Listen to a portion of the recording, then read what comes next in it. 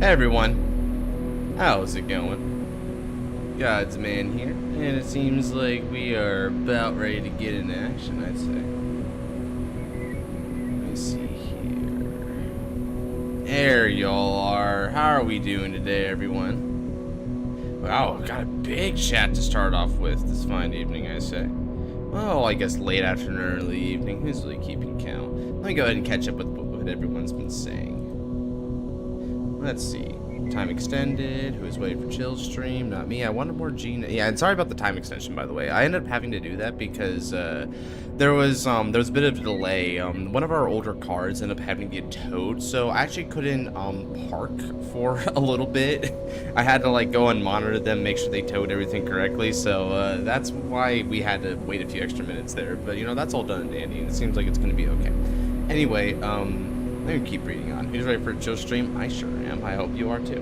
Wanted more G next, but the votes didn't happen. So you see, for those of you who don't know, but I would imagine this is mainly going to apply to some of the viewers who are watching retrospectively, because basically everyone who's currently here is already in the Discord. Sometimes I will do Discord polls, and those polls will determine what I stream. And for the past few ones that I've done in succession, Gene X has won those polls, which is one of the reasons why custom card review hasn't been popping up as frequently. And that's fine, because I want to give people what they want, but I also want to be, you know, still keeping an eye out for the custom card folks, because you know, if I always did those polls and it always lost, then they would never get their content, right? So after a few loss, I'm like, I just gotta give them a video or two, right? Because I have a commitment to make, so I want to be fair to them. Digimon and custom cards in the same day? Yeah, you bet, bro. Mondays are so peak. Yeah, I don't think it's gonna be a consistent Monday thing, but who knows? It might end up being. It's just kind of it kind of ended up that way because of like what I haven't streamed recently. Well, I guess Digimon's a different kind of thing. All right, let me go ahead and review this quicker so we can go through it all. 4K before the end of the year. Whew, that'd be beautiful. We've only got about a couple months in order to make that happen, and right now I'm just shy of 3.3, I believe, if I'm understanding right. Yo, what's up? Hey there, Genesis. Welcome on in. Got Crazy, Arxel, Louise, Noel, a lot of the mainstays. But it looks like you have bags under your eyes. Oh, it's because of the lighting right here. So, I naturally kind of have these. I've been having these for a good while. It's just that normally, you know, they don't pop up in camera. I'm told that under lighting, I look like a vampire sometimes, which is really freaky, but at the same time, it's also sort of comical considering, you know, what my personality is and all that, right? Did you ever get to my bat, sis? What's up, though? I don't think I have yet, but I will get there when I get there for sure. Today we are actually, hey there, Ice. What's up? So check this out, though. There is a familiar face we're starting off today. So this is Missaria. Y'all know Missaria from my Saturday streams and also the GeneX streams. He's been hanging around a lot, so I'm happy to be able to finally review his cards here. This is my grade 3. Customs in the replies. Okay. Noir Blade. Okay. Wait, deleted. Here's the grade 1. Here's the grade 2. Okay, so we've got 3 for Missaria today. 2 months, we are in September. Nice. Let's see here. Blazing Samurai Dragon Brenned. I'm not sure if this is a derivative of a different card game, but if it is, I don't know what it is. Now, Brennan seems to have 3 skills. First is an act of the Vanguard Circle. Energy Blast 3, and this unit gets the Con skill. Your back row rear guards get 5,000 power for each of your opponent's open rear circle at the end of the turn. That's fascinating. I can imagine there's some back row attacking that's taking place there, because that focus customarily is irrelevant for the most part. Burning Soul. It's like Duma. Auto on the Vanguard Circle once per turn. When this unit attacks, cost Soul Blast 1, retire one of your opponent's back row rear guards. So I'm going to imagine the cost, because the bracketing isn't correct, but I would imagine the cost is just the Soul Blast, because you wouldn't retire one of your opponent's rear guards as a cost. So you retire one of their back row, and if they have no back row, this unit gets critical plus 1 to end a turn. Now, the clause on this is a little, it's Burning Soul Dragon. it's a Battle Spirits card. Ah, no wonder I didn't recognize it. Neat. So I guess he's into Battle Spirits then. I don't know how the clause in this works because there's one of two ways this could work, right? Depending on how you interpret the wording, the critical is conditional to whether he has to back row the opponent prior to the retire or after the retire. It would clearly be very powerful if it was after the retire, but I could see where the critical was designed just to be compensation if you couldn't snipe a back row, right? So that's important as well. If it is the former, then your optimal is that they have exactly one back row rear guard, because then you get to have your cake and eat it too. Out on the Vanguard circle, the end about this unit attacks an opponent's grade 3 or greater Vanguard. Okay. Counterblast 1, again, not really good bracketing, but I would mention this. Retire a number of your opponent's rear guards up to the number of your opponent's open rear circle. Then choose up to 2 of your back row rear guards, stand those units, and they get 5,000 power, and the chosen units can attack with the back row. Okay, so this is a bit of an interesting one. I'm not sure because it seems like he's only set a ride line, but I would imagine what you would want is a fair mix of units that benefit from retires, but also units that can do some amount of retires. So, there's any number of examples that can remove cards. Think of the Ace unit. You could try to go for, what's his name? Meteor Flare. Meteor Flare is a pretty popular one. These kind of units, right? So the reason why you do that is you're trying to sweep out half of their cards, right? So ideally you want, let's say they have an open, like a whole board full of 5 units, right? You need 2 retire rear guards, or at least 1 unit that can retire 2. If you can have a column sweeper, like say Kolkavlon, I think can get the job done there. That might be useful here. Because you want to retire those 2, right? Then this skill is going to Soul Blast 1 to snipe. That's 3. Now what you're doing is when this happens, you're going to snipe the remaining 2. That's the best math that you can get there. What's interesting about this is that because this is you're having them attack from the back row, but it's not conditional to the stand. You do have the option to attack with this unit first and then have a bunch of rear guard multis. That doesn't seem very helpful, but at the same time, it is worth noting that there is a little bit of a fluid attack pattern here. Overall, I mostly kind of dig this. There's only one thing that I don't like. It's this axe skill. I feel as though with the 2 autos, you have a really solid Vanguard with a bit of an interesting take on the Dragon Empire philosophy because the focus on back row is more Stoic KO. But unfortunately, this continuous that he gets for just an EB3 is a bit busted because back row rear guard is getting 5,000 for each opponent's rear circle. Remember, it's not if they have like no rear circles. It's not if they have less rear guards than you. It means that if they have 5 open rears, which you will be doing with this card, they get 25,000 power. All of your back row rear guards. Which means that this is also received. And here's the thing. Realistically speaking, there's 5 attacks receiving that 25,000 attack power bonus. Because not only will your front row rears get it, because you're boosting them with the back row anyway, but then when you restand those back rows, they're going to get it as well. And remember, this attack will get it too, because if he's got a booster, well, that booster's going to transfer his power over there. So I would use Blaze Maiden Elbow with this for the meme. Oh, frick! Hold on a second. Let me remind myself what that is, because I feel like that's the isn't that the rest back row Blaze Maiden? I'm pretty sure that's what that one did. Bad gateway, brother. Try again. Here we go. Rest 3, rear guards with Blaze Bane different. Yeah. This is the rest one. I remember, funnily enough, Crazy, I actually suggested this to Nabs during Deluxe Tournament when he had to, that gate. Yeah, for real. I suggested he do this in his Virgila deck when he was fighting against Levydross. The reason being, Levydross puts markers in back row, right? So I'm like, just rest your back row so that you won't need to proc marker anyway. Just rest your back row so that only your front row gets all those power bonuses. You can min-max his Infinity Eyes. But anyway, that's a bygone story. He never used the Elbow tech that I suggested. Anyway, I would so far this is pretty solid, but I think this act is holding it back quite a bit in terms of like balance. Now this is Hope with the Flare Hole. When this is brought upon by Adzen, which should be the grade 2, you reveal the Brennan in the right deck, and you look at the top 7 cards of the deck, reveal one grade 1 normal unit, and call that card. That's very specific. And shuffle your deck. If you do not call this card to rear circle and soul charge 1, I like that skill. Good skill. I kill myself if I had to play Virgilla ever again. Oh, Navs, you're actually watching right now? That's cool. What's up, brother? Yeah, you remember when I suggested that crap to you? That was funny. The thing about this card that I really like is it's sort of like a modernization of Tranquilla. Now, Tranquilla obviously is a little weaker. It has to be because it's a generic ride line.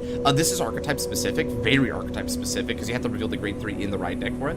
So the way this works then is you get a bit of a superior version of it because you have to call the grade 1 unit. It is only a grade 1 unit, so you can't call triggers. That could be a little rough, but I mean, look, at this point it's compensated for the fact that if you don't see the grade 1 that you want, you just call this and soul charge 1, which means that it turns from a Dragon Empire Tranquilla into a Blaze Zambar Dragon.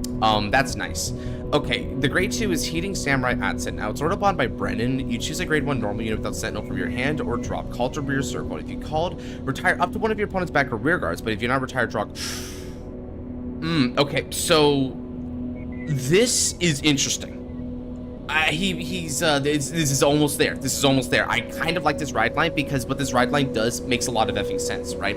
The utility of this card, it's kind of funny because it does Tranquilla, like deck thinning, but it reminds me more of Vacatin Biff Dragon, which is the grade 1 ride line for Alcalibra, because you need overcharge units in order to proc Alcalibra skill fully, right? And so that card is a guaranteed overcharge from your ride line.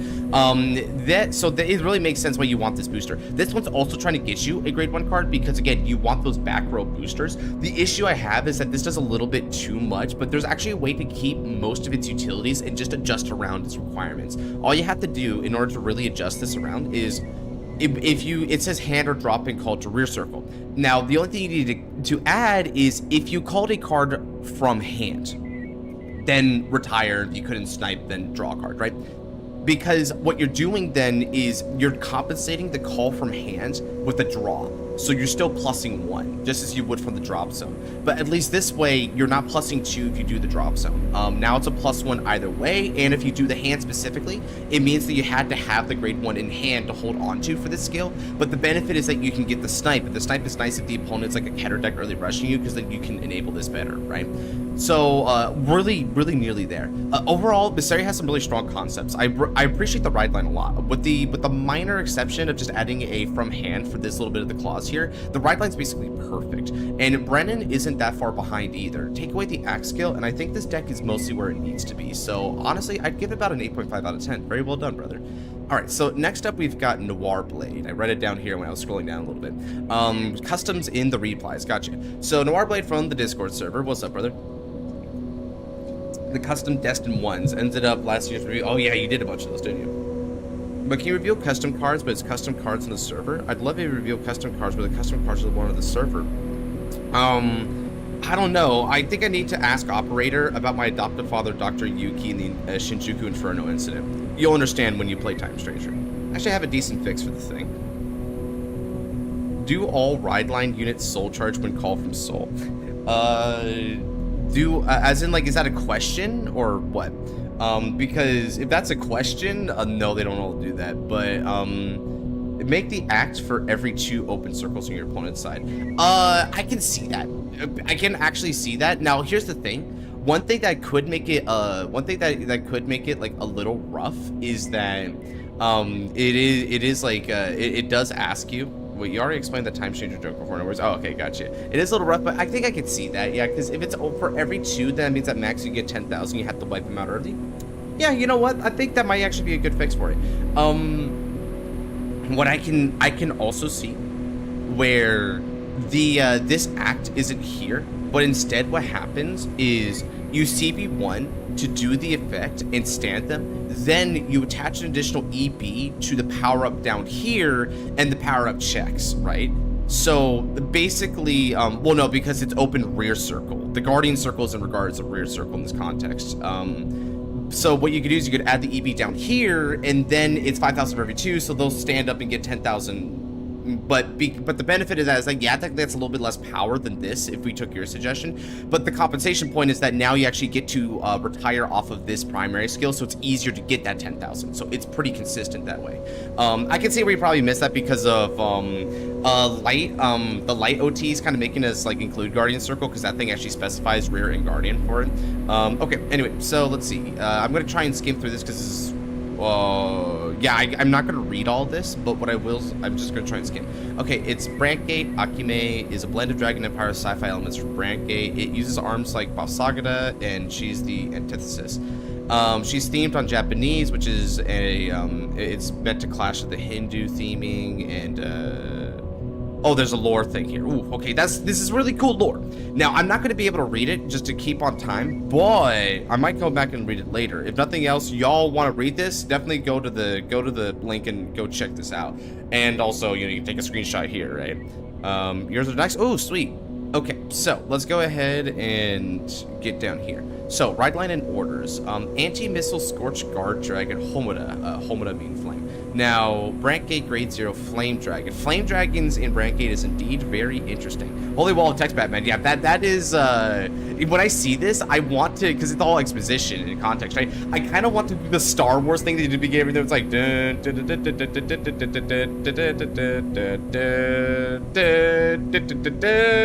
it just keeps like paneling into the distance in the screen. I feel like it even fits because this is supposed to be like a sci-fi war kind of thing, right? So like it's even got like something adjacent to Star Wars in like genre. Okay. So, auto the Vanguard Circle when rolled upon, draw a card because it's a starter. Okay, so Cayenne is the grade 1. When it's used based on the Vanguard Circle, Soul Blast 1 reveal a grade 3 with Akime from the riot deck. You put an Arms of Hinokami token in your order zone, and if you search your deck for up to 1 Arms card, add it to your hand. If you went second, search for 2. I'm worried then when chat gets into my intro that's not as long, often criticals context into the cards. Again, I'm gonna like, I'm gonna skim through them if nothing else, but if yours isn't quite as long, I might just be able to read the whole thing now. The Fire Emblem customs I posted on Discord yet? No, I don't think I did. Let's see here. Say hello to my quintet wall. Quintex wall. Oh, now I see the joke. Okay, so this is basically just Bob Sagada ride line. This is the new Bob Sagada grade 1. The thing is that it's putting in a token and adding 2. Now, this is fairly power creepy because if you look at ride lines which add tokens, right? We have a couple ride lines that put in token set order. Now, I'm gonna type in token set order and they should pop up. Okay, why am I okay, they should pop up. Okay, well I could just like look them up for you, right? So over down here, we've got 2 ride lines that do this, Impaldio and Odium. Impaldio came right here, and Odium came right here. So these are just a year ago, right? And in that year ago, we got Impaldio's, where's Impaldio? Brantgate, it's right here. So Impaldio's ride line, let me look at what it does here. It's just, it's Progress, just reveal, put the system codex seed, right? You go right next door over to Odium. And then you go down to where the grade 1 is.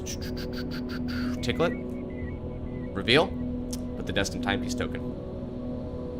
That's it. That's all they do, right? This is doing that and adding 2 arms cards. You should have limited it to 1 because I know you're trying to like emulate Bob Sagada, but if you what you could have done is put the token, then if you went second, add an arms card because now you're kind of getting 2 cards there. And bare minimum 1 card, just the same way that the Bob Sagada ride line does. Arms of Hinokami is a grade 1 token set order that stays continuous in the order zone. You cannot ride grade 3 or greater cards without Akime, and you can have Hellfire gauges. Okay, so this is the wording that we see from System Code Exceed, which System Code Exceed should be. Let's see, where would they put System Code Exceed? I guess it would just be under all, right? Because it doesn't have a does it? I don't think it has a classification, right? Because I'm going to pop up System Code Exceed just as a reference point for this now because it just feels like it's prudent, right? It should be at the very bottom if I'm having to take a guess. Where are you, bro? Come on, show me System Code Exceed. There you are. way at the bottom. Yeah, it doesn't have a nation to it, right? It's kind of weird to think about, but these things don't have nations. So yeah, you cannot ride. You can have auto mod gauges. It's the same basic clause. So we're gonna keep this here for a comparison point, just in case. Continuous in the order zone when either player's rear guard is retired from rear circle. Either player. So that's an interesting little thing. Or when a card is put into your opponent's damage zone. Choose a card for your drop and put it face up as your Hellfire gauge. Okay, so there's 3 basic ways to get Hellfire gauge. You've got to and they have to be retired from rear circle, but I kind of have a problem with that, and I'm going to bring it up. But you can also get it from when the opponent damage checks. So we're going to see how Hellfire gauge works out. But I want to use System Code Exceed as an example here, because with System Code Exceed, it's whenever a card is put in your damage zone, you choose a card from drop and put it in the gauge. So that means that all other things, like, not included, like, let's say you don't hit heal triggers and you weren't using any of the effects. This should get you 5 gauges, right? But this can get you a ton more, especially because, here's the thing. It needed to be stated, retired from your circle by card effect. Because otherwise you can overcall units, and you can also defeat units in battle, and those both proc it, and that's a bit of an issue for me. Okay, next up is Bomber Devastation Dragon Kasota. So this should be the grade 2 ride line. Out on the rear circle, when it's rode upon by a grade 3 Vanguard circle. When it's rode upon by a grade 3 card with Akumi, its card name, reveal up to 2 arms cards in your hand. If you reveal 1 or more, counterblast 1. Choose a card from among them, arm it to your Vanguard, and draw a card. That's interesting. If you reveal 2 or more, like the top card of your deck, you may put it face up as a Hellfire gauge or add it to your hand. Okay, you see, this even more makes me say you should only add 1 off of this, right? Because this is legitimately cool. I dig what you're doing here. But at the same time, it's a little tough. Did Josh go over the cards in the Google Drive link yet? I did. The Google Drive link, I tried anyway. The thing is that the Drive link, the Drive link didn't have access. Okay, so let me explain something here, right? This card is doing 2 effects. This card is doing a Halibadra skill, and it's also doing a Drosavoria skill. Now, Halibadra arms it dumps a couple of arms cards, but then what it does is it arms one of your Vanguard, which is Swayambu. So, or Diava is the sword, and then the new one is your Bodavon. Yeah, Bodavon will draw you a card. Now, this draws you a card and arms you, but then this will either add a card to your hand or gauge top of deck, so I feel like that's a little too much. I feel like what you probably... Weird, you had access at the end of the last stream. Did I have access? Hold on. Maybe I'm mistaking which one was which. Because I said I was going to get to Missaria next time.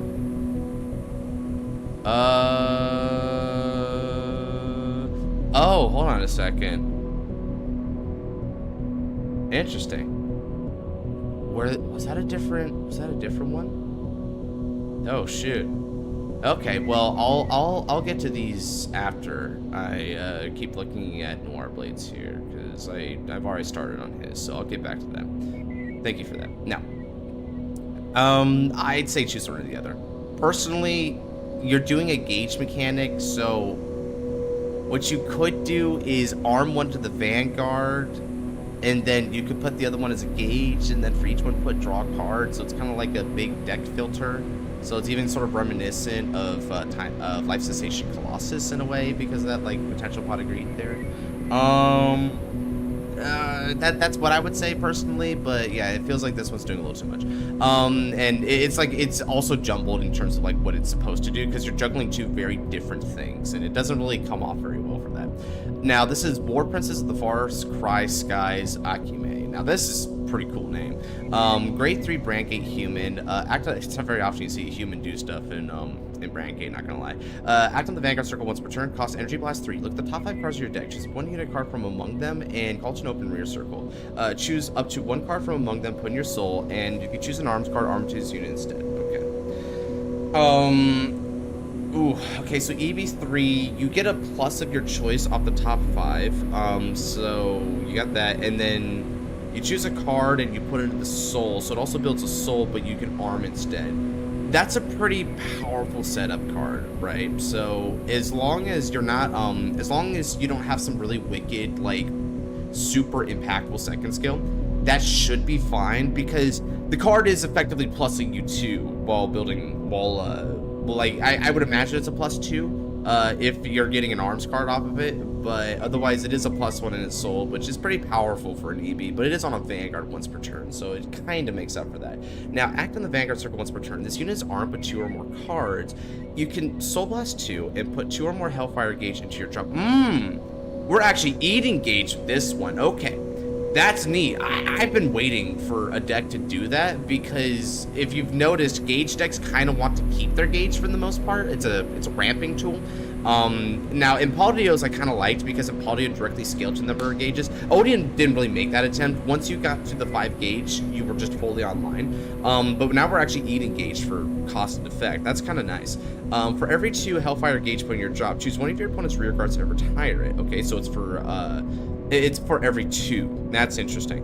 If you put 4 or more, this unit gets, at the end of the battle, this unit attacked, stand this unit gets drive -2, and if your opponent's Vanguard is grade 3 or greater, gets drive -1 in 10, so it's like a Silsaria.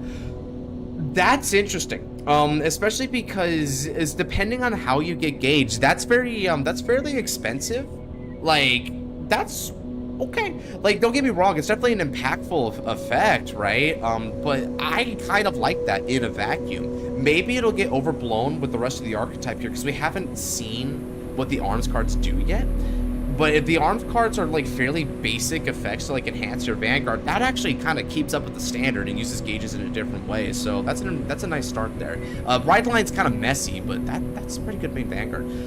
It's kind of the opposite of what Misario was bringing up, right? So this is Hellfire Arms Katana Muso Zankeki. So okay, again, you have Hindu arms with Bossaga, so we're gonna get some regalia, some Japanese regalia, or something adjacent to that with these cards, which is cool, right? Especially because, you know, as weebs, we're kind of more in tune with that kind of side of things anyway, in terms of mythology. So this is a grade 3 normal order arms card, and play this with cost Energy Blast 2. Finally, an arms card that Energy Blasts. When Bossaga was getting announced for release, I actually made an arms card that Energy Blasted in order to arm it as well, because I thought, hey, why not use the Energy Can mechanic, right? So it's a right Warrior Arms. DD versus Warrior. Okay, I got you. Out on the Vanguard circle once per turn. When the unit arm of this card attacks an opponent's grade 3 or greater Vanguard, you put 3 Hellfire Gauges to your drop. Expensive! Okay. Until end of that battle, the armed unit gets 5,000 power, and your opponent cannot call or play Sentinel. At the end of your turn, put this card in your drop, and continues in the Vanguard circle, the unit arms gets 10,000. Expensive, but fair. Okay. God, I really wish we didn't have OTs in this format. If we didn't have OTs in this format, that would have been beautiful. So, this is a really versatile card, though, right? At bare minimum, 10,000 power to your Vanguard, right? That means that your restand is just going to benefit from that twice, which is why this doesn't give any power to your Vanguard whatsoever. That's interesting. This could be less retires than Bossaga, it could be more retires than Bossaga. It depends on how many Hellfire Gauge you have. So it probably has a stronger burst than Bossaga, but you can build for the burst. Case in point, this is another bursty element. You have to burn even more gauge, but then for a battle, you get the Sentinel Restrict. It's like a Blank Wire true Sentinel Restrict, but it's only for that battle. Now, what's cool about that is you could choose which of the battles you do this for. This auto still has a cost to it, so you could do it for the first battle if you want to like give a little bit more power to your Vanguard and make it annoying. Or what you could do is you could wait until the restand that you know is going to happen and then make it hyper deadly. And that's probably the better way to do it, because then you have the chance to get a couple of drive checks and maybe hopefully a trigger to bolster the attack more. Then you do this effect. That's kind of neat. I'm not gonna lie. Again, I don't know how we're dealing with an alternative resource economy here in gauges, so it's hard to quantify what the cost acquisition of these cards should be, but that actually seems pretty fair. I like that. That this thing's a pretty badass finisher. Hellfire Arms mirrors Zetai Hansha. Now, this costs a Counterblast 1 in order to use it, and it's a left deity arms. Okay, this might be a defensive thing then.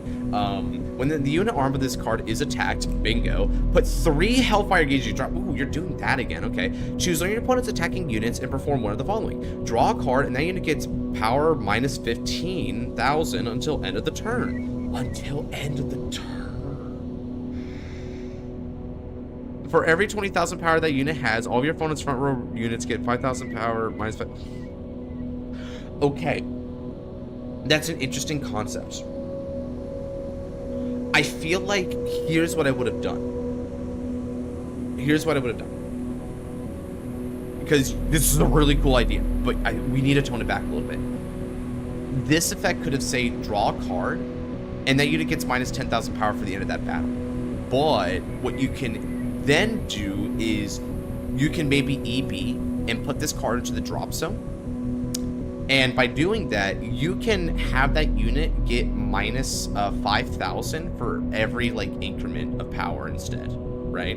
So let's say it's coming at you for 40,000, it gets minus 10,000. If it's coming at you for 60,000, it gets minus 15,000 or something like that, right? That might be worth it. This is front row as well, which is pretty devastating. It kind of reminds me of Tamayura Order. So I feel like if you did that and made this a little bit more like expensive and made this not like turn-wide impactful, because here's the thing. This right here is really powerful, like kind of ridiculous, so it needs a cost. This, meanwhile, is mostly fine, but it shouldn't be permanent for no cost, or rather, it shouldn't be permanent at all. This should be your easier, but not as impactful, no-cost option. It's also any units. There's no way to play around it, yeah, whatsoever. That's pretty whack. That makes opponent's persona turns more bearable. It does, right? And I think it is a really good counterplay card. You should definitely have to pay more for that counterplay, but it is good to have that counterplay. And keep in mind, I'm only saying like EB or stuff like that, remove it and like put it in the drop. Not really hefty costs, because you start the CB if you want to arm it naturally, and you have to put the 3 Hellfire gauges. I haven't forgotten that as the sorry, but still, this is interesting because it's addressing some pretty terrible offensive power creep that we have in this format, right? What's the math on OT then? So the math on OT states that it's a 20,000 power that unit to get minus 10,000. So basically you would take off a quarter of a 100 million. So you would, all of their front row units would, if you discount the original power of whatever attacked, the 100 million unit would result in 25 million minus on power to that front row. It won't stop the OT unit, but nothing else can hit. And that's also another problematic element, right? So that could get really wonky really fast because of OT. Freaking hate that mechanic. All right, now he's got some supports, it looks like. Let's go ahead and go through this. I just got challenged randomly to GeneX. It's Gurgi versus Gabriel. Neat. Gauges used by Akame can be refunded 50% off because the retires are still trigger the order.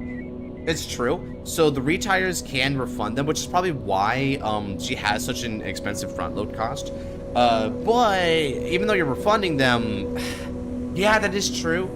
I'm just glad that the arms cards aren't retiring, so only her retires can help refund them back. Yeah, it's yeah, I would say minus 250 million plus. So yeah, that's kind of ridiculous. Ironically, if they hit OT, they probably can't hit for the rest of the turn, except for the OT unit. Silver Demon Battler G and Kaku is a grade 2 support unit. Continuous on the rear circle if you've got Gold Demon, K and Kaku. Oh, Kinkaku and Ginkaku. So Kinkaku, which is KN, and then Ginkaku, which is GN. This unit gets 5,000 power continuously, even during the opponent's turn.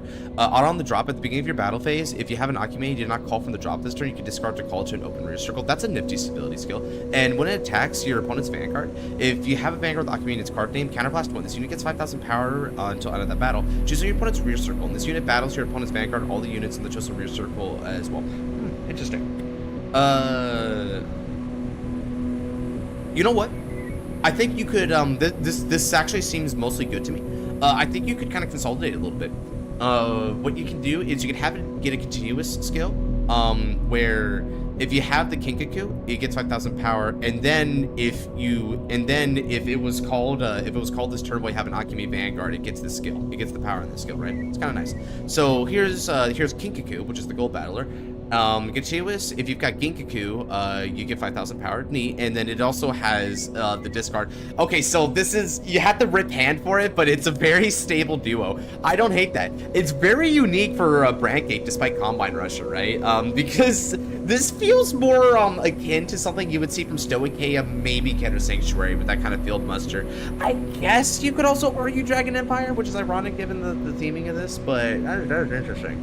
How much refund? Yeah, because if 3 gauge ends up not being a cost, then this gets wild, right? But that's why it's especially tricky to design these kind of alternative economy kind of customs, because it's almost never going to turn out the way you expect on paper, right? Deleters had cards that worked like that, but that was previous series, right? Like, I can kind of see it in a weird way, right? Because Deleters have drop zone recursion. Yeah, like, that is totally true. Elro and Alba are the big ones I think you're thinking of, right, Graham? Because that seems about right. When this attacks your opponent's Vanguard, if you've got an Akime, you can EB3 and it gets 5,000 power and auto. When your opponent's unit is retired from Guardian Circle, choose a card from the drop and put it face up as Hellfire Gauge.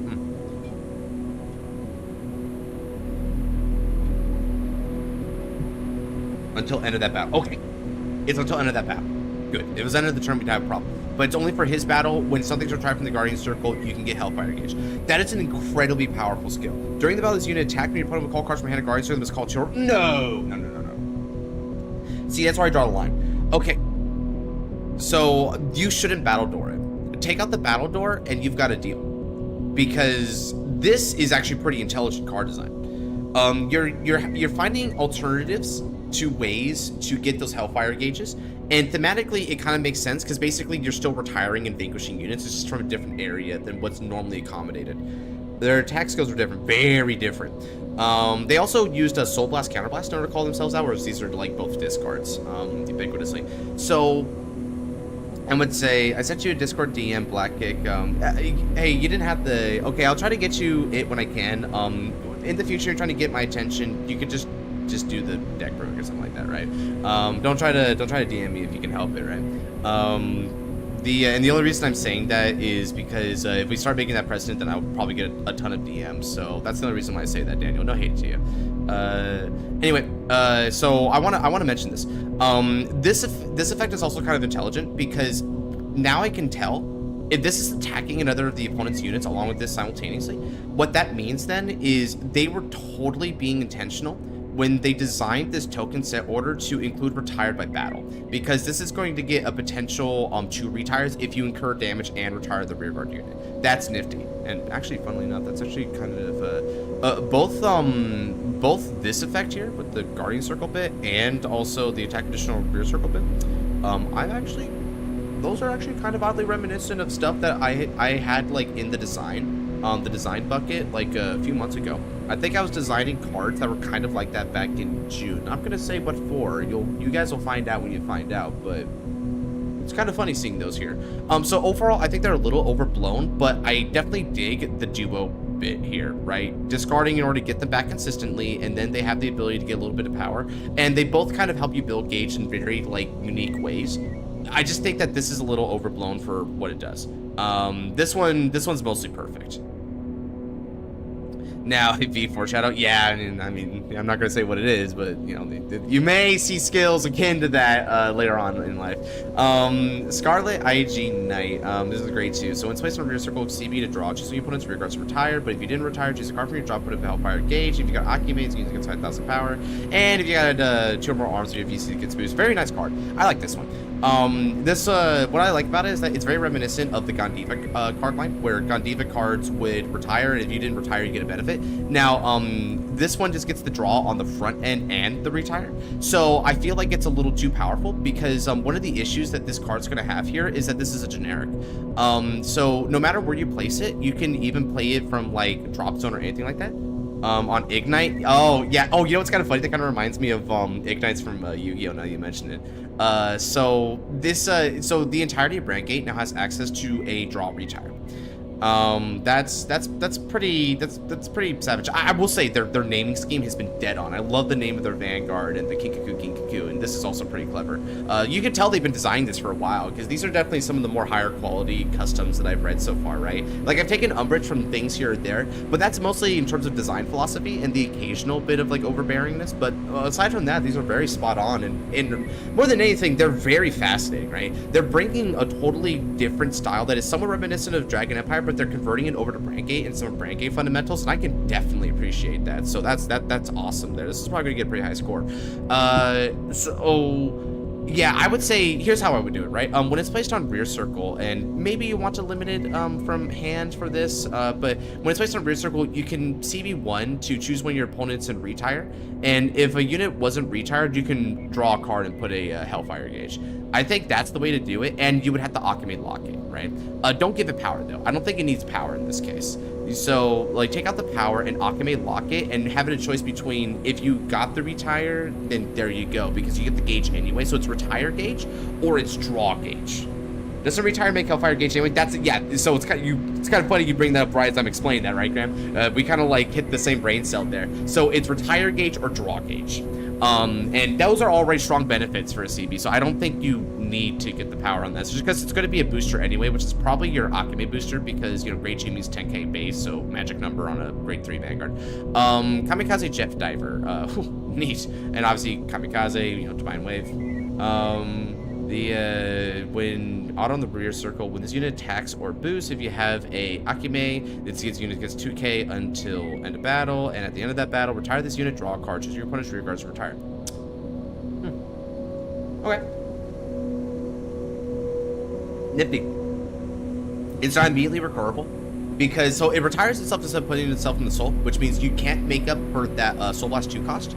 But what you can do, and what you will help make up for your Soul Blast 2 cost with the EV3 of Akame anyway. So, you know, it's kind of like Boss Saga does, where Boss Saga kind of helps the maintenance a little bit on its own. This just instead retires because now it's going to be there for your gauge. So it's going to be gauge fodder. So the way this interaction should theoretically go is, especially if you're boosting a Grade 3, let's say this was boosting instead of your Ignite, right? So if Kamikaze is boosting your Akame, right? End of that battle, it restands. Then this, meanwhile, is going to retire, draw a card, and then you'll be popping one of their rear guards. Once you pop that rear guard, this can get re-gauged back into your gauge, because it's already been retired as cost, so it's present in the drop zone. Pretty good. And I appreciate that's also just one effect, because it's really all it needs to be. That's awesome. Like this feels better than like Spacewalk Dragon, right? Like that was the Impaldio equivalent. This is better than that IMHO. Maintenance deliver so this is a great one. Now, when it's placed in the rear circle, you can put a card from hand to soul to search your deck or drop from an arms card and add it to your hand. Okay. I mean, that's probably fine, right? What's kind of interesting about that is, technically speaking, you can use that generically as well. Now, arms cards are just redundant in anything that isn't Akame, so I could see why he didn't really get trouble about that. Thankfully, this isn't like old school V-Series, where a lot of old school V-Series cards had restrictions based on having a Grade 3 in soul. That was a very bad restriction. But you learned the hard way that that's not a good way to balance it. It's because of cards that would be released like these, which had like alternative ways of putting cards into soul selectively, right? So yeah, that probably works out well enough. And what's interesting is that it's a break even in order to get a selective search, and you also get a soul. What I could say is that maybe it needs a minor EB cost, like an EB2. One of your arms cards is also EB2, so you'll probably just pay in increments of 2 instead of 3, because the only 3 you have is from your Vanguard anyway, right? So I'd say that's probably good enough. Auto when this unit's put in the drop is Hellfire Gauge, AC 1.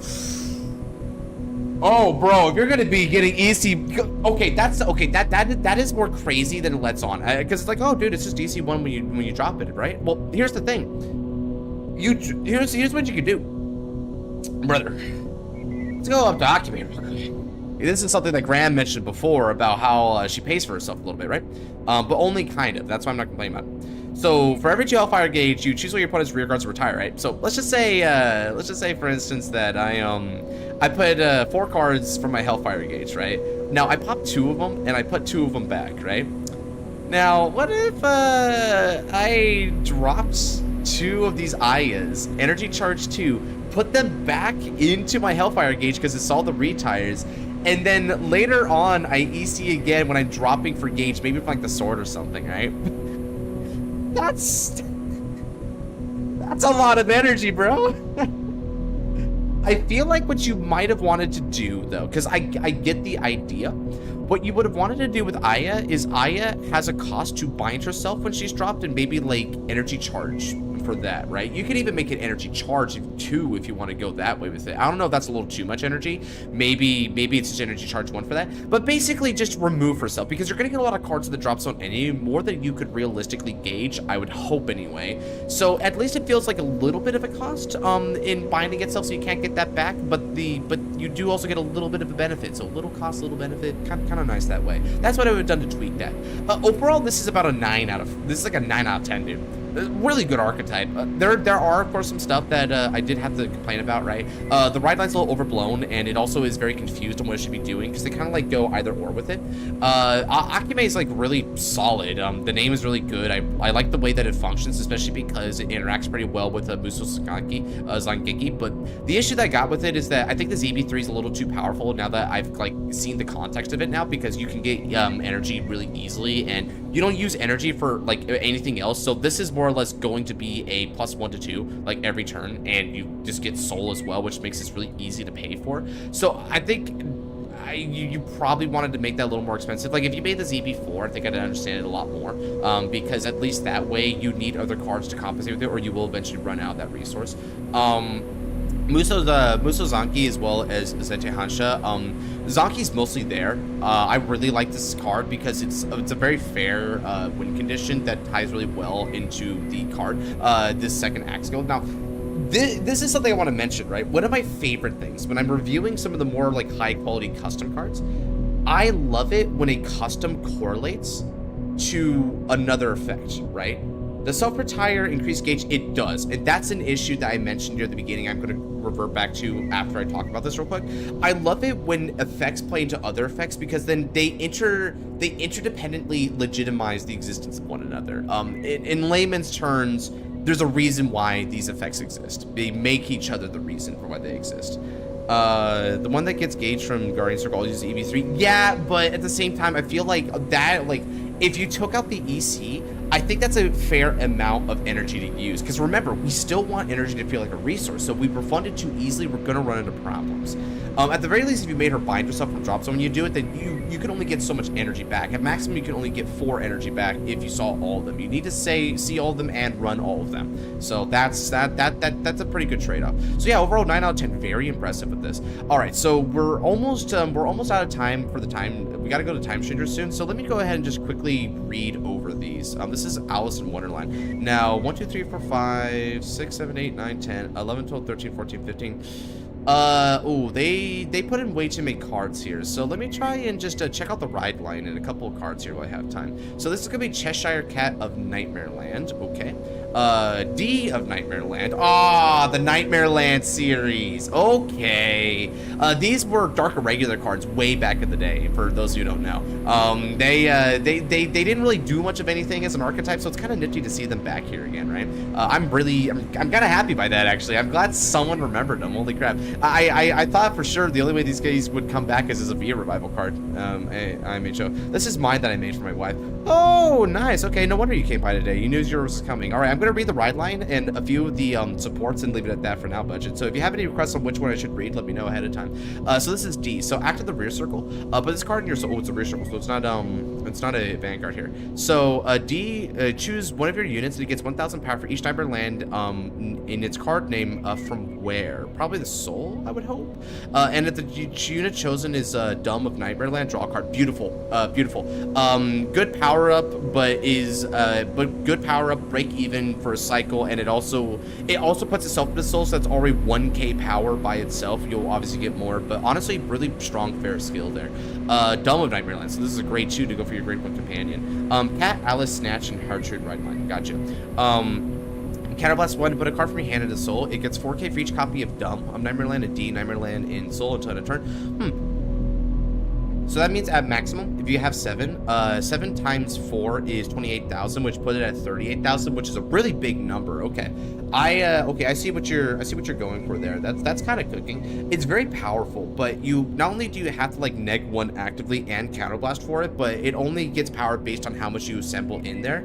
Yeah, I actually kind of dig that a lot. Okay. That's very respectable. D and Dumb are kind of nice ones. Let's see here. So you're saying Alice. So you're saying Cat, Alice, Snatch, and Hartrud. I don't know which ones Snatch and Hartrud are, so I'll have to take a guess on that. Oh wait, no, hold on, message. Yeah, not all these have the same base. Okay, so I high rolled and got the grade 1. When placed, search your deck for up to 1 Tails from Underground. Reveal it as your hand and shuffle your deck. And at the end of the battle that boosted Nightmare Land, you can put it into the soul and draw 1 card. Ooh, very powerful. Okay. What's interesting is that that's not a cost, so even if something happened to it for some reason, you still got the draw automatically from just like boosting with this, so that's kind of insane. This is probably what you're adding, right? Tales from the Underground. If your Vanguard is great, I'm getting really lucky with this, and has Nightmare Land in its card text, or card name, I should say. Energy Blast 3 to the end of your opponent's turn, all cards in your soul regard as Nightmare Land cards. I don't like that. Unfortunately, the issue with that is that it means that you can do any number of regular soul builders and turn the Nightmare Lands. I think that's kind of cheating the system. It's best with an archetype. Jabberwocky is the grade line, grade 2. Gotcha. I feel like it would be best if we just didn't have this kind of effect. Now, what I could say is this could be a good tutor effect. Like for instance, you could Energy Blast 3, and then you could look at the top 3 or 5 cards of the deck and put some number of Nightmare Land cards from among them into the soul. Then, if you have a certain amount of cards in the soul that are Nightmare Land, let's say you had like 6 or more Nightmare Land cards, it's a pretty typical dark or regular threshold, you draw a card. So basically, it's a break even, but it builds potentially a lot of soul based off of like a top deck scry, and it has a lot of the dark regular coding with it. That's how I'd recommend doing that one. So Jabberwocky, if I'm understanding right, should be this guy down here. Jabberwocky of Nightmare Land. When this attacks, it doesn't specify where, so I'll assume this is a Vanguard Circle skill. It makes soul charging trickier, triggers less god-awful. Fair. Soul charge 1, if you soul charge a card in Nightmare Land, its card name, this unit gets 5,000 power until end of turn. Okay, so more of an aggressive unit. That kind of fits for Jabberwocky, so I kind of like that. When this unit is retired from the rear circle and you have a Vanguard Nightmare Land, its card name, give your Vanguard +1 critical until end of turn. Retired from rear circle. Okay. I feel, I doubt there are Nightmare Land, triggers. Oh, triggers. Okay. Yeah, I had a feeling that's what it is, but it's good to reference that. I get that. I think it would actually be kind of befitting then if Nightmare Land just kind of had triggers that came with it, but that's just me. Okay. Kind of an interesting idea. I feel like there's a couple issues with it though. So for one thing, we're kind of running into a similar thing with the Akame ride line, which is that you can retire it even by overcalling it. The other issue is that it's giving a natural critical for free. So there's a variance here when it comes to critical gain in standard card design, right? Your spectrum, I suppose you would call it, kind of goes from, if you just want to give a +1 critical almost unconditionally, you want a really big cost, at the bare minimum some kind of counterblast and maybe a condition to go with it. But if you want to lessen the cost or make it easier to achieve, you'll want to make the critical less stackable. So for instance, their critical becomes 2, classic V-Series clause. If their critical did not increase by other card effects, which would include trigger effects, that's another way of doing it. That's kind of the Zamug direction, where if its critical is 1 or less, there's kind of a spectrum to it. Take your pick on that, but you'll want some kind of cost and condition to it. This condition of retired from rear circle is a bit too easy at the moment. It's on the right track. So you'll probably want to say retired from rear circle by the ability of your card with Nightmare Land in its card name. Then from there, maybe you could do like EB3 and make their critical 2.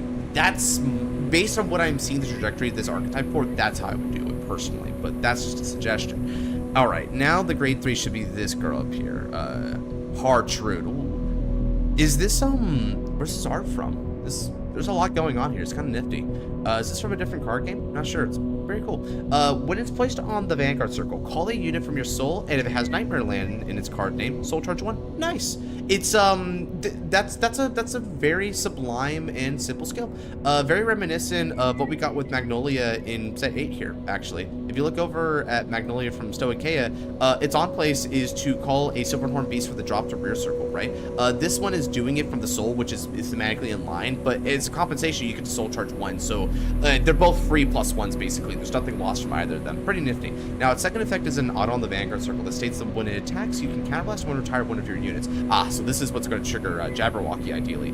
And it gets 1,000 power for each Nightmare Land in your soul. And if the unit retired this skill has Nightmare Land in its card name, this unit gets 2,000 power instead.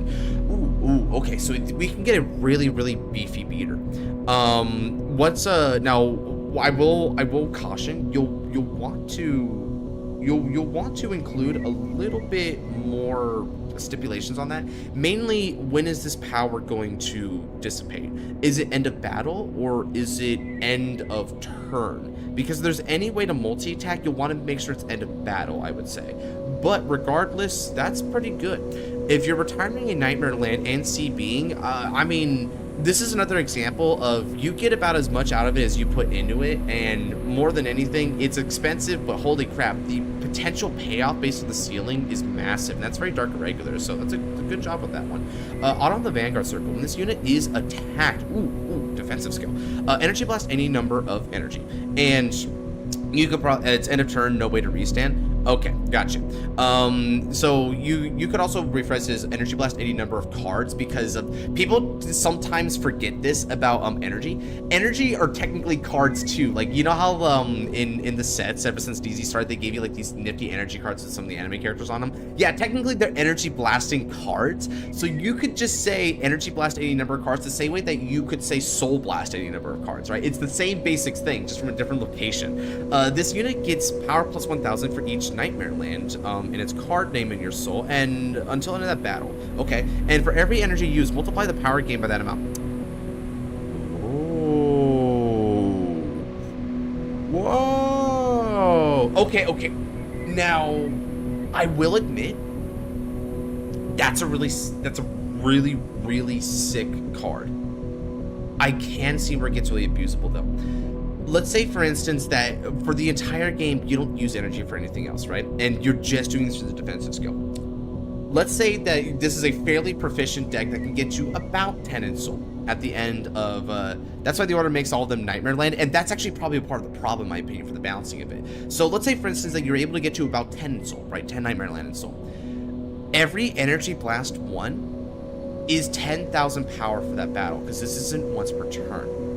So that means that, for instance, let's say that your opponent is attacking you 5 times. You effectively mitigate 50,000 points of damage for EB5. And that means that you're naturally, and this is only going to naturally get bigger as you get more parts of soul and as you get energy. So if you have any ways to get energy, was order till end of your turn or opponent's turn? It's end of opponent's turn. So it would trigger for that. And yeah, because and that's another thing, because there's other cards here that could really expand on this. One card that is pretty insane with this deck in particular. So let's go over to Dark States here. Folklore. Folklore has a skill that states that when it's placed on rear circle, you can energy charge 1. And the other 3 also each energy. Yeah, so here's what I would say though. Just ditch the order in that case then, and just use Folklore. Folklore is an energy charger generically. So go for, just play Folklores. Sure, it's not a Nightmare Land in the soul, but all you have to do is just keep them on the rear circle. You don't care about Nightmare Lands on your rear circle, except for the one that you're retiring. That's it. So go for Folklore instead. And that means that every time you call a Folklore, you can get upwards of 10 to 15,000 shields during the opponent's next turn. That's a pretty powerful exchange. I feel like the way that you could do it is you could energy blast any amount, and then until the end of the turn, she gets that amount of power, but the scaling is different, obviously, right? So the way it would work is, in my mind, for every 3 so let's say that you were like energy blast any number of cards, right? For every 3 Nightmare Land in your soul, she gets 1,000 power until the end of the turn. So let's say that you're at 9 Nightmare Land, right? Now this is just a static energy blast in this case. You wouldn't need to energy blast any number. Let's say you have 3 Nightmare Land in the soul. I mean, not 3, 9 Nightmare Land in the soul, and you just EV3 or something. You'll get 9,000. You'll get 9,000 defensively, right? Or 3,000 defensively, I think. It's a little complicated on the math. So what I'm trying to say is try to change the math here a little bit to where you're not getting so much power value. If you want to keep it being spammable, reduce how much power you can get. If you want to make it like scale really high, you're gonna want to make it more expensive, or you could also change it to where it's like it can get really high, but there's only a certain number of battles it can be useful for. It can get, this is a really interesting skill, but it's also got a lot of ways where it could potentially break as it currently is. So good stuff though overall. I really like the first and second skill of this Vanguard quite a lot, and I think this third one has like a lot of potential.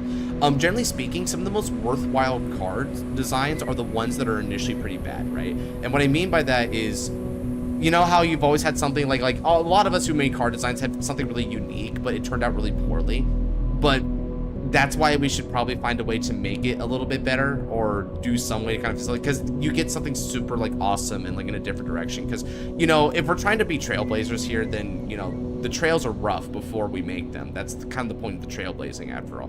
Alrighty, let me go ahead and check out a couple more of the cards here while I got a chance. And now I'll check out Little Red Riding Hood, and I'll check out the Humpty Dumpty. Little Red and Nightmare Land. When placed, discard a card from your hand. Look at the top 5 cards of your deck and reveal a Nightmare Land and add it to your hand and shuffle your deck. Okay, so it is a discard to add off the top 5. I feel like this would have been better off if you had. Okay, so it's a little weird, right? Because you're doing a soul stack. The Trailblaze Expedition, let's go. The final expedition, Arxel. We are the final ones. This is like, because you can't use Soul in the same way because you're doing Dark Regular. So you're down to just Energy and Counterblast. But discard just to tutor off top 5s is a little strong, especially because you can place it wherever. That means you can even call it from the Soul off of your Vanguard Hall Druid, right? Auto, when this unit is retired and there are 8 or more cards in your soul, any soul, okay, so it's generic. Countercharge 1, and there are 13 or more, return this unit and one other normal unit for you drops on. But yeah, you're gonna want a Nightmare Land restriction on that. Otherwise, generically anyone could use it. And here's the thing, because it's retired by any means, that means that it could be retired by overcalling it. Funnily enough, this actually doesn't specify rear circle at all, so that means that when it's retired from the Guardian Circle, it counts. Did you know that? If you guard with this at the end of that, battle, it's going to bot-tick itself and to countercharge 1. That's pretty insane, man. I'm not gonna lie. So I'd say like put this on a rear circle bit and with the restriction, and then that's actually kind of a nifty effect. I don't mind that at all. This first skill though, I think you want to add a little bit more to the tutors. Like for instance, you could probably say like when placed from hand. I think I know what I do. When placed from hand, Soul Blast 1 and discard a card. Look at the top 5 cards of your deck. Reveal up to 2 cards of Nightmare Land from among them. Add 1 to the hand and place the other in the soul. So basically, you get a bit of a soul tutor, but then you also get that like break even, right? But what it's really doing is it's digging good high quality targets for you. They're all support to be retired by Nightmare Land card effects, LOL. Yeah, but the issue is that they don't word that way, right? So that's why I'm like trying to say that when refining this stuff, we're gonna want to have good grammar, because poor grammar can lead to a lot of exploitation. It also kind of like muddies the waters on what we should expect on their capabilities, right? All right, and where was the Humpty Dumpty? Here he is.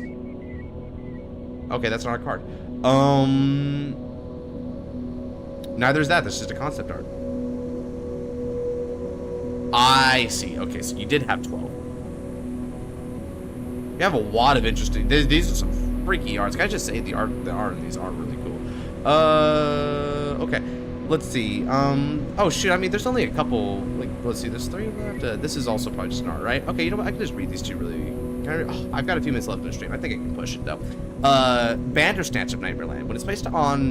When this unit is placed on rear circle, counterblast 1, call a grade 2 or lower unit from the soul, and oh, that's kind of interesting generically. And if the unit called has Nightmare Land in its card name, this unit gets 4,000 power dead a turn. I actually kind of like that. As a generic, it's a little less powerful, but at the same time, see if you want to call from the soul, that's something that we don't really traditionally get in Dark States, but could be super useful, all things considered. I mean, shoot, kind of reminds me a little bit of Vadrock Dragon that way, except obviously Vadrock was a little different. So when this unit is retired from the rear circle and you have a Vanguard Nightmare Land, it gets, I'm going to assume it applies to the Vanguard here. When this unit attacks, your opponent must call 2 or more cards to the Guardian Circle at the same time. So there's a little bit of a wording thing here as well. it should say Con during the battle this unit attack when your opponent would call cards from hand. The Guardian Circle, they must call 2 or more at the same time.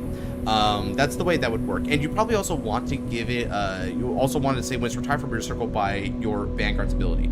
You won't need a cost for that then, because your Vanguard can only retire 1 card by its ability. So basically, part and parcel of that ability is the selection. You have to select which of these units you want as utility. Jabberwock is giving you a critical, so as long as Jabberwock was also praised to only be retired by your Vanguard to proc that skill, right? That's good as well. Then this is kind of like that, but it's Battle Door instead of critical. This is better for early game. Jabberwock is good if they're at like 3 or 4 damage, because then you can like close out game with that, especially on a really big beater. Now the final card here is White Queen of Nightmareland Cheslin. Whoa, really big. Okay, let's go ahead and speed read this. When placed on rear circle, soul charge the same number of cards as the cards in your hand. That's not okay because that's generic. So this means that the player could potentially soul charge any number of cards. Then if 3 more cards were put into your soul this way, this unit gets 5,000 power for each card with Nightmareland's card name was put in the soul this way. I mean, that's wow. Jesus. Yeah, there's a lot going on with that. So that's a lot of soul charge. So you can be placed from anywhere. You can soul charge potentially any number of cards. Like if you have 10 in hand, it's potentially 10 soul. And then it gets like upwards of like that many amount of power. Because if you're doing pure Nightmareland, oh my god, that's insane. I'm glad we don't have Nightmareland triggers now, considering all that. Yeah, that's. I feel like there should be a cap at some point there, right? Like, I don't know what the cap would be, but like, shoot, I actually think this might have been an interesting way to do your EB as well, right? Like, what if this was EB'd any number of cards, and for every one that you EB'd, you soul charge 1, and then and then like at the end of that, for each card with Nightmareland and its card name that was soul charged, this unit gets like 2,000 power for that. So let's say you like EB 3, soul charged 3 Nightmarelands and got 6,000 power. That's kind of nice. That's kind of nice, right? That's probably how I would work that. But this unit attacks a Vanguard, Energy Blast. Oh, well, there's your energy. But again, like, we would have to rework which word goes where. Energy Blast 3 and retire wave of rear guard. See, and this is what I'm talking about, right? I don't think this should do it. I think you should limit to just your Vanguard, because that way the selection process is there. It means that one of the unseen balancings of this deck is that you have, by choosing one unit, you can't choose the other unit. So they're fighting each other for that, like, for that spot, that limelight, and I think that's good. This unit gets critical +1, and if you retire to Nightmareland, your opponents would call 2 more cards from hand to Guardian Circle at any time for this battle. Yeah, in the context of this archetype, I think it's a little too much pressure, because your Vanguard's already giving a lot of extra pressure, especially because Jabberwock can give even more critical. That's kind of insane. So yeah, I feel like that's not the quite way. Right, that's not right. Auto, if one of your units is retired due to one of your card effects and has Nightmareland's card name, send it to the bottom of the deck. So it goes to the bottom of the deck now? Yeah, this doesn't specify where, so that's a little bit of a grammar issue. I would say that, and also just like no real requirements. I mean, at least it says retired by card effects, so this auto has potential. I don't know. I think in the context of everything else, this auto might be a little bit overkill personally. Yeah, I think the soul charge is a little too open-ended, and this effect does a little too much because the other units are compounding on it, so they didn't compound on it, might be a little bit better. So you never deck out and always have something soul charge. Yeah, that's kind of the issue I'm having with it, right? So yeah, I feel like Cheslin kind of like overstays her welcome overall. All right, so I read all the cards here. What are my final thoughts? I think it's got some amicable efforts, and the way that the Vanguard functions is mostly great. Although the math and economy on her defensive skill is a little too good, there are ways to rework it in where you have a very thought-provoking way of utilizing energy, especially if you clash it with a couple of other energy users in contrast, right? By comparison, the stacking of Nightmarelands is a very tried and true, dark, irregular thing to do, right? It is a very well-known strategy, and one that you can build on fairly consistently. And also, it's interesting because one thing that you can kind of note here is that they scale on Nightmarelands. So what you can do is you can put your deck full of Nightmarelands, but if there are better generic facilitators for putting cards into Soul, you have a little bit of a deck build variety. You can put in facilitators, which means there's potentially less Nightmare Lands to power up on, but it's also easier to get to the Nightmare Lands that you can because of the facilitators. So it asks the deck builder a very big question. I think that's probably something you want to lean into a little bit more budget, because with that, you've got some arenas to really expand on this archetype, right? Also, you did like have a couple of strokes of genius in my opinion where I really liked it. This Vanguard is mostly great, right? And I really liked how her effects worked out, except for this final auto skill a little bit. And D and Dumb are awesome cards. I love the way D and Dumb functions, so you definitely nailed it out of the park with that.